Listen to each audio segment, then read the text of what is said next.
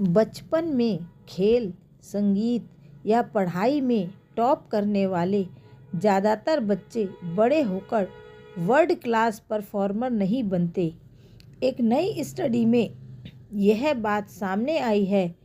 Researchers ने Olympic athletes, मशहूर musician, Nobel पुरस्कार विजेता और चेस ग्रैंड मास्टर्स जैसे करीब 35,000 वयस्कों का डेटा एनालाइज किया।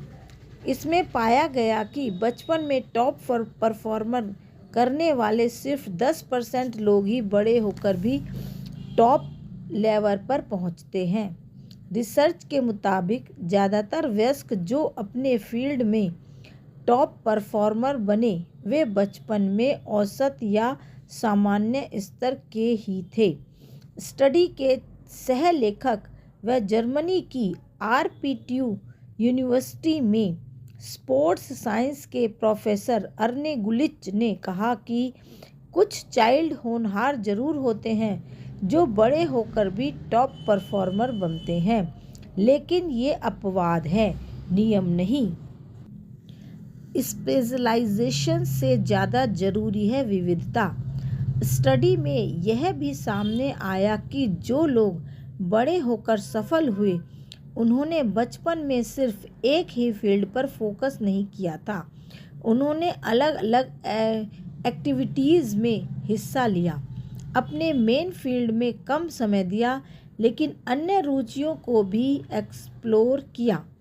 गुलिच के मुताबिक बच्चों को कम उम्र में ही किसी एक फील्ड में स्पेशलाइज करने की बजाय कई अनुभव देना चाहिए।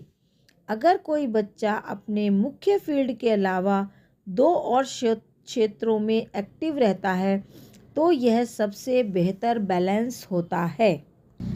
10,000 घंटे की थ्योरी पर एक्सपर्ट की राय अलग अलग रही। स्टडी पॉपुलर थ्योरी को चुनौती देती है, जिसमें कहा जाता है कि किसी फील्ड में एक्सपर्ट बनने के लिए 10,000 घंटे की प्रैक्टिस जरूरी है। इस पर एक्सपर्ट कहते हैं कि लोग अपने बच्चों के लिए फैसले इस सोच के आधार पर लेते हैं, लेकिन यह जरूरी नहीं कि जल्दी शुरू करने से सफलता मिले। बचपन में एक ही चीज़ पर ज़्यादा फोकस के नुकसान।